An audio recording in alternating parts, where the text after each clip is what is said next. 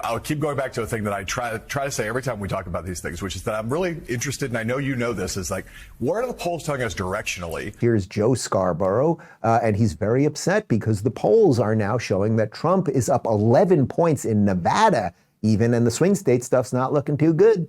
By the way, people calling and going, oh, this is just a reaction to one poll. No, you can go back. You can look at the tape. We do this every time the New York Times Siena poll comes out. It's always an outlier.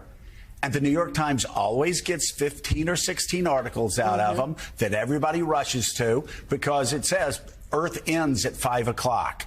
Go hit link at New York Times 15 times. And they keep writing articles about it. There are, and NPR has found some of these voters that said, well, I voted for Biden before, and they said, but wait, this guy, we checked the voting rolls, he's never voted. Other news organizations have like 3, 4 more examples, not just of people in the surveys, but people the New York Times quoted in their articles of, well, here's one of many people that we interviewed that said he's disillusioned and is going to vote for Trump. No record of them voting. Yeah. Okay. Are you feeling something? Well, I'm feeling that there's I think sometimes, as a general matter, there's maybe a little bit of an over-reliance on voters telling the truth about things in general. Hate to say it. Reporters find this occasionally that reporters lie. Here's what I'd say about this poll. If I were to ask you this question, Joe, do you know anybody on either side who doesn't think that it's the case that of the battleground states that Joe Biden is stronger in Pennsylvania, Michigan, Wisconsin than he is in Nevada, Arizona, and Georgia?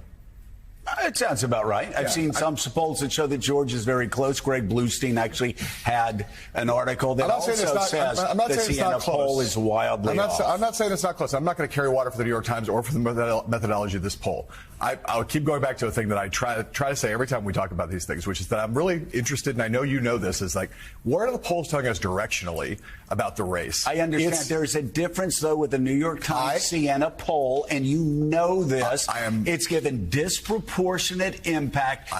This year, this cycle, it is skewed wildly in Donald Trump's direction. Hold on. Yeah. And the New York Times feasts on it with clickbait stories like a dozen at a time. And what I'm trying to focus on is what I think people should pay attention to. But what I'm trying to focus on is the New York Times right now is actively shaping the election cycles where this poll comes out on a Sunday and on Monday people go, oh, and I heard it. And I'm sitting there going, oh, don't be so stupid. That's why we're doing this. So hold on a second. Hold on. What I hear is after these Siena polls come out, every time New York Times poll says, oh, well, everything that Joe Biden's done since the State of the Union address, all this money that he's put out, all of the campaigning is for naught. No, it's not.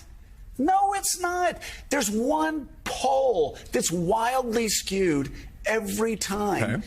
And it does shape, if it's a New York Times poll versus a Morning Consult poll, and the New York Times then amplifies it 15, 16, 17 times, it warps reality, and everybody responds to that in the media and in the political world. All right. I'm really sorry for showing you that. We need to show less of this guy. Everything he says is complete nonsense. This is the same man that said that he thinks that Joe Biden is now sharper than ever, right? And basically said he's sharper than him. That might actually be true.